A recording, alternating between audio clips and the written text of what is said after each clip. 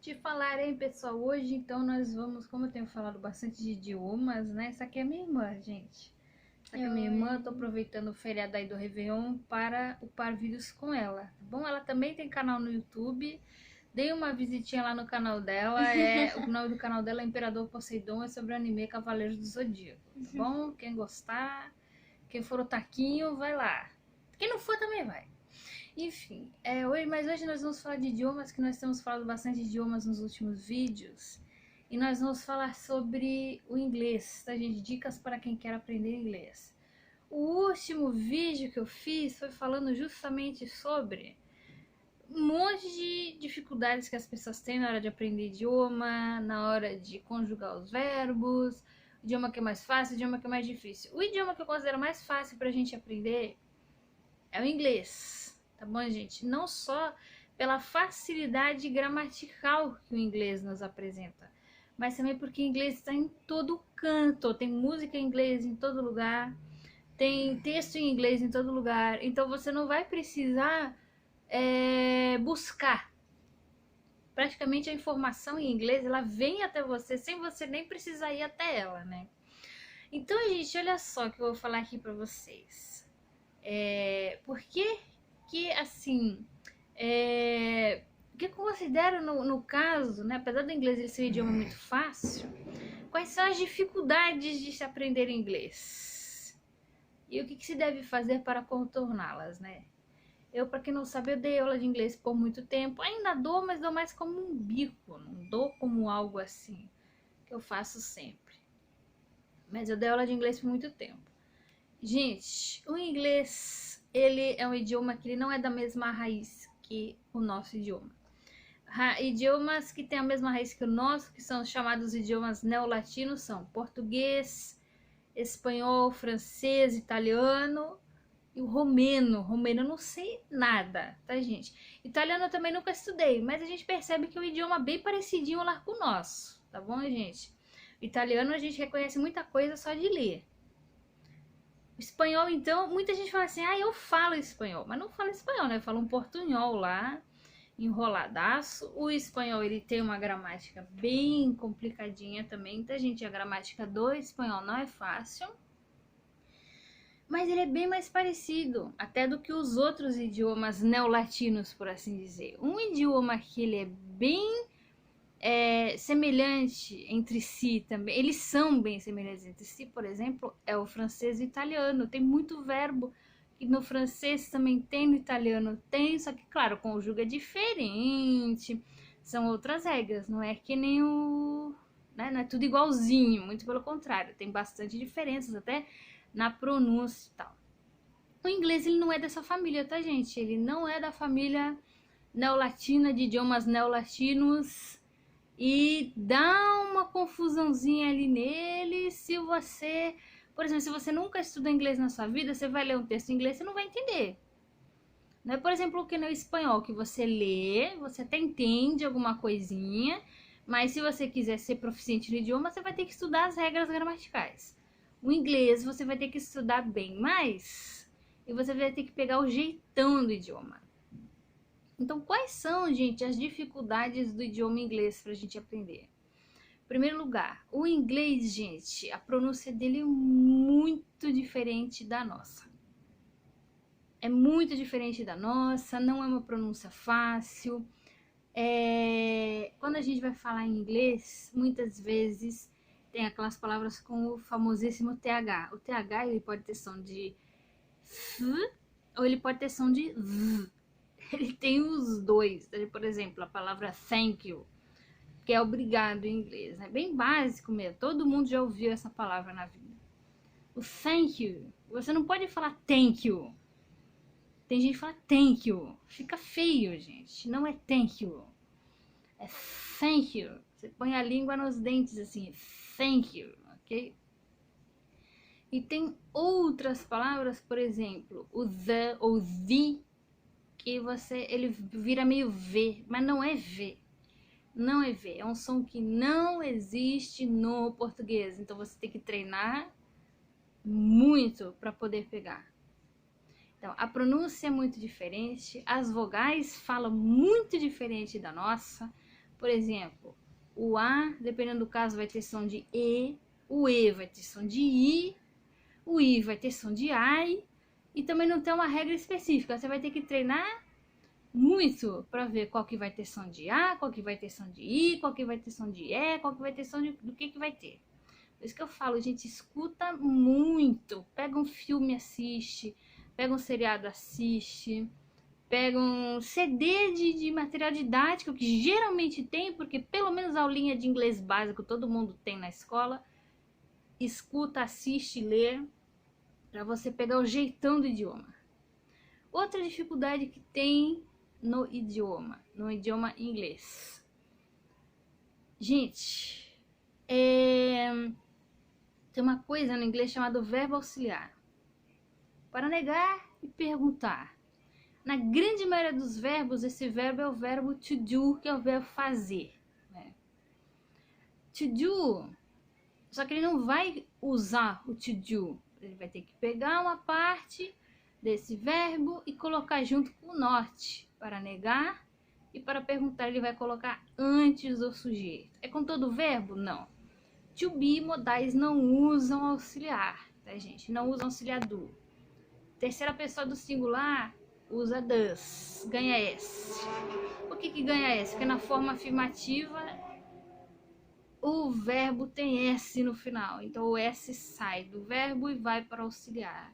Eu brincava com meus alunos falando assim que o auxiliar, no inglês, ele é burro de carga. Por que ele é burro de carga? Porque ele leva tudo, ele leva a negativa, ele leva o S, no caso de terceira pessoa do singular, ele leva o passado, quando o verbo está no passado, ele também leva. Então, na hora de negar e perguntar, nossa, é bem diferente do português. Do português, o que é? Não, acabou. Eu não faço, eu não fiz, eu não fui, acabou, né? Eu particularmente, eu nunca vi um idioma que também usasse isso. O francês, ele tem, na negativa é o pas, né? Para negar. Mas é muito mais simples. O do, o does, o don't, o doesn't, o did, o didn't, que tem no inglês para negar e perguntar, é bem mais complexo do que só colocar o pas no francês. O francês é só colocar pas. Você coloca lá ne, o verbo e o pas. Acabou. O inglês ele tem bem mais regrinhas. E é algo que não existe no português. Outra coisa um pouquinho complicado para a gente, o conceito de it. Muito professor chega e fala assim, gente, it, né? Fala it. Eu tô falando it no portuguesado, tá, gente? Mas o it, ele é... E o professor fala assim, é animal-objeto. Não é só animal-objeto. No inglês, gente, eles não usam, pelo menos não na norma culta, eles não usam o sujeito inexistente ou sujeito oculto. Sempre tem que ter sujeito na frase em inglês. Então você chega lá e fala assim, choveu. Isso no português a gente chama de sujeito inexistente, tá, gente? Sujeito inexistente, quem choveu? A chuva choveu? A nuvem choveu? A água choveu? Não, ninguém choveu. Né? Lembrando que o sujeito é quem faz a ação, né? Quem faz a ação é o sujeito. Então, o que acontece? Né? Na voz ativa, a voz passiva é outra história que eu não vou entrar aqui. Mas a voz ativa, o sujeito é quem pratica a ação. Então, tudo a gente pergunta pro verbo. Primeira coisa na hora de fazer a análise sintática é achar o verbo, né? Quem choveu? Você pergunta pro verbo, quem choveu? A chuva choveu? A água choveu? Não, não choveu, então é inexistente. No inglês, você tem que falar it rained. A chuva é objeto? Bom, pode ser que algumas pessoas achem que chuva é objeto. Mas até onde eu saiba, a chuva é um evento meteorológico, né? É um evento meteorológico e não chega a ser um objeto também, não é um animal. Então, animal é it? É. Chuva, o que é? Né? Então fica meio indeciso, mas não é animal, mas não é objeto, não sei o que é, então eu vou, sei lá, o que eu vou fazer com isso daqui. Gente, eu costumava ensinar assim para os meus alunos, para não ficar tão confuso. It, na realidade, o it ele é usado para tudo que não é ser humano. O he e o she, que são os pronomes singular da terceira pessoa, que é ele ou ela, eles só são usados, tá, gente? Eles só são usados para seres humanos ou animais domésticos, porque a gente tem muito carinho. Animalzinho que a gente não tem carinho, insetos, enfim, animais que a gente não tem aquela afeição, é tudo it. Objeto é tudo it. Fenômeno meteorológico é it. Tudo que for coisa que não for ser humano é it. Então você pensa assim, é ser humano? É. Feminino é she, masculino é he, acabou. Não é ser humano é it. Então, é objeto ou animal? Gente, é tudo. Tinha uma frase tinha uma frase, um bordão do McDonald's, não sei se eles ainda usam, que é I'm loving it. Eu estou amando. Amando o quê? Isto.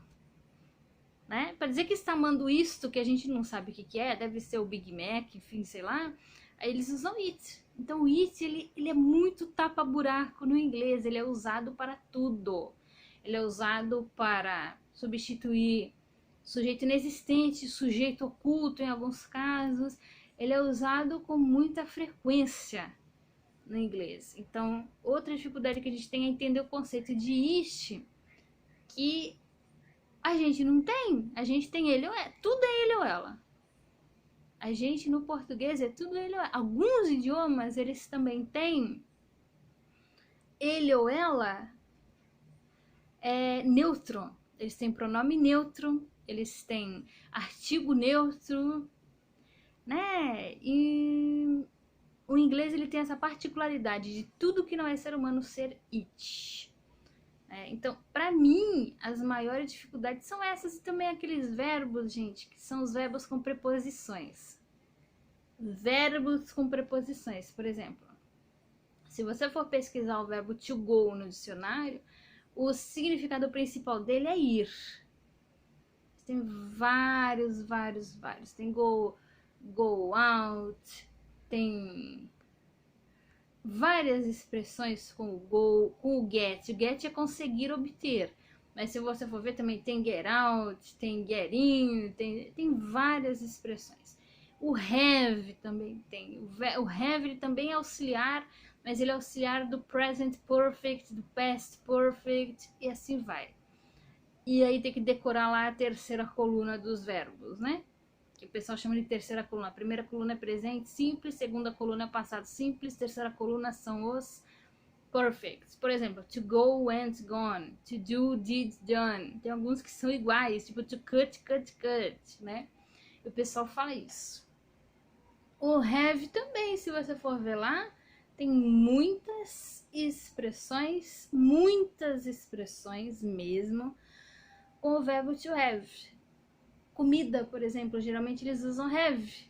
Have lunch, to have dinner, almoçar, jantar, to have breakfast, to have a snack, ter café da manhã, tomar café da manhã, tomar lanche da tarde, tudo isso é usado com o have.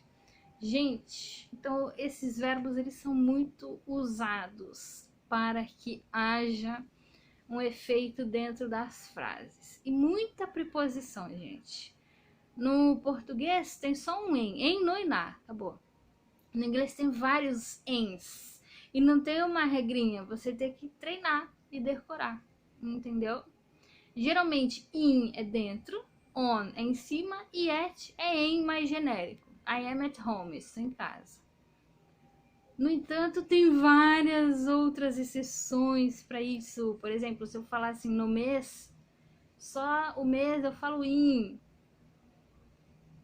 Por exemplo, a pessoa fala assim, meu aniversário é em maio. My birthday is in May. Se ela falar dia, mês ou dia, mês e ano é on. Assim, meu aniversário é dia 5 de maio. My birthday is on May 5th. É bem diferente, tá, gente? Tem detalhezinhos sim. O inglês ele é fácil, ele é muito fácil, mas ele tem esses detalhes. Aí tem gente que fala, nossa, Sara, você nos desanimou de aprender inglês. O que tem de fácil então no idioma? Então, para finalizar, eu vou falar algumas coisas de fácil que tem no idioma. Conjugação no inglês é muito simples. No passado, todos os pronomes conjugam igual. É tudo igual, é tudo a mesma coisa. Outra coisa que tem de diferente no inglês. No presente, he, she, it, que é terceira pessoa do singular, ganha S. Acabou. Para negar e perguntar, tem os auxiliares que tem que estudar um pouquinho e entrar na cabeça o conceito de auxiliar. Porque se não entrar o conceito de auxiliar, vai ser difícil, que é um conceito que não tem no português. Mas a conjugação verbal, no geral, é muito simples. Outra coisa, gente, tirando o ser humano, que é he, she, né? O it, o conceito de it, ele já dá um indicativo pra gente que tudo no inglês é neutro. Acabou. Tudo no inglês é neutro, gente. Você chega lá, por exemplo, a mesa, the table, acabou. O chão, the floor. Não tem mesa masculino feminino, não tem armário masculino feminino, não tem copo masculino feminino. Isso é mais coisa de idioma latino. Eu reparo que isso é mais coisa de idioma latino. Essa coisa de masculino feminino porque não é animal ou ser humano. Ele vai pensar num animal como masculino ou feminino, um ser humano como masculino ou feminino. Ele vai botar gênero numa cadeira, no chão, mas a gente tem substantivo masculino e feminino no português. No inglês não existe. Se não for ser humano ou animal ou personagem, enfim, que seja representado como masculino ou feminino, eles não vão pensar num objeto como algo masculino ou feminino. Eles vão pensar num objeto como algo neutro. Então, você não vai ter que ficar memorizando masculino e feminino de um monte de coisa. E essa é uma das dificuldades, por exemplo, de aprender espanhol. No espanhol tem algumas palavras que no português são masculinas e no idioma deles é feminino, e ao contrário também. Algumas palavras em português são femininas e no espanhol são masculinas. Tá bom, gente? Tem essa também para vocês. Então, o idioma latino, você repara que ele tem muita coisinha quando você estuda um idioma bem mais simplificado que é o inglês. Então, facilidades, conjugação verbal, tudo é muito neutro, tudo que não é ser humano e animal é muito, muito neutro. Tanto que eles demoram muito para pegar o conceito de masculino e feminino de objeto. Eles não entendem por que, por exemplo, que mesa é substantivo feminino e por que chão é substantivo masculino. Ele não entra na cabeça deles porque para eles o chão não é macho e a mesa não é fêmea. E vocês reparam que a gente já repete isso naturalmente, a gente não para pensar nisso no dia a dia, né? E aí, gente, a gente vai ter também a seguinte questão do inglês, que é bem fácil, bem simples. Pronomes possessivos, é tudo igual. Idioma latino, meu, minha, meus, minhas. No espanhol também, mi, mis, mios, mias, dependendo, né? No francês tem um treco chamado pronome partitif, que até agora eu não sei como é que é. Gente, eu não sou fluente em francês, eu tô estudando ainda, tá? Um negócio que você tem que usar antes da comida e antes de outras coisas lá que eu não entendi até agora como é. Que no português não tem. Parece com o nosso D, mas não é a mesma coisa. Não é a mesma aplicação, não entra na cabeça da gente logo de cara esse tipo de conceito. Ao passo que no inglês não tem nada disso. No inglês é my, e quando for pronome possessivo oblíquo é mine. Acabou. É my. Não tem plural, não tem masculino, feminino. É my. Acabou. Meu amigo, my friend. Minha amiga também é my friend. Meus amigos, my friends. Minhas amigas, my friends. Acabou. Simplíssimo. Facílimo. Acabou. Outra questão que tem também é o artigo. Artigo, né? Que é o artigo definido. The. Acabou. É singular, é plural, não tem masculino, não tem feminino, não tem porra nenhuma. The. A pessoa, the person. As pessoas, the people. Acabou. O, a, os, as se resume a the. Acabou. Coisa mais fácil do mundo. E também, gente, o inglês ele é feito muito assim pra ser um idioma simples. É um idioma simples Algumas palavras vão derivar do francês, mas são bem poucas. Por exemplo, fiancé, que é noiva, vem do francês. Algumas palavrinhas vão vir, mas são bem poucas mesmo. Algumas são bem semelhantes às nossas, por exemplo, chocolate, banana, né? Chocolate, banana, telefone, cell phone, né? Telefone, celular, tudo semelhante ao nosso, tá, gente? Embora a estrutura do inglês seja muito diferente dos idiomas latinos. E também, gente, o inglês, ele tem muita consoante. Ele tem muita consoante. E às vezes essa consoante ela vai ser usada de uma forma que no português ela não é usada. Mas no geral, no geralzão, gente, você pegando pronúncia, você pegando a forma de falar, é bem simples mesmo. O gerúndio deles, por exemplo, que é continuous, é só você colocar o verbo to be, você vai ter que aprender o to be, não é tão difícil, é que ele é o diferentão. O to be, os modais, eles são os diferentões no inglês, tá, gente? Não usa auxiliar, é bem parecida com a nossa conjugação, aliás, né? Porque não usa auxiliar e muda.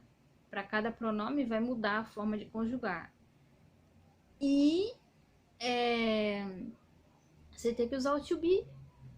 E no lugar do ando, endo, indo, no final da palavra que a gente usa no português, eles vão usar ing. Acabou. Bem simples mesmo. Perguntar e negar, pergunta como se fosse no to be. É só colocar not, ou na hora de perguntar, inverte, coloca o to be antes do sujeito. Entendeu, gente? Tem coisa que é muito simples, mas é que eu falo pra vocês, independente da dificuldade que vocês tenham, leiam muito. Eu já fui partidária, por exemplo, de pegar caderno e ficar escrevendo regra de gramática. Você vai esquecer tudo. A não ser que você colhe na porta do teu armário, você vai esquecer tudo. Chega, gente, e coloca um filme pra você ver, um seriado pra você ver, uma novela, qualquer coisa. Se bem que novela deles dizem que é enorme, né? Tipo Malhação, dura mais de 20 anos a novela deles, não tem fim. Não, como é que eu posso dizer aqui pra vocês? Não fraquejem diante das dificuldades. Escute muito e treine muito. Eu acho que isso é muito importante para qualquer idioma.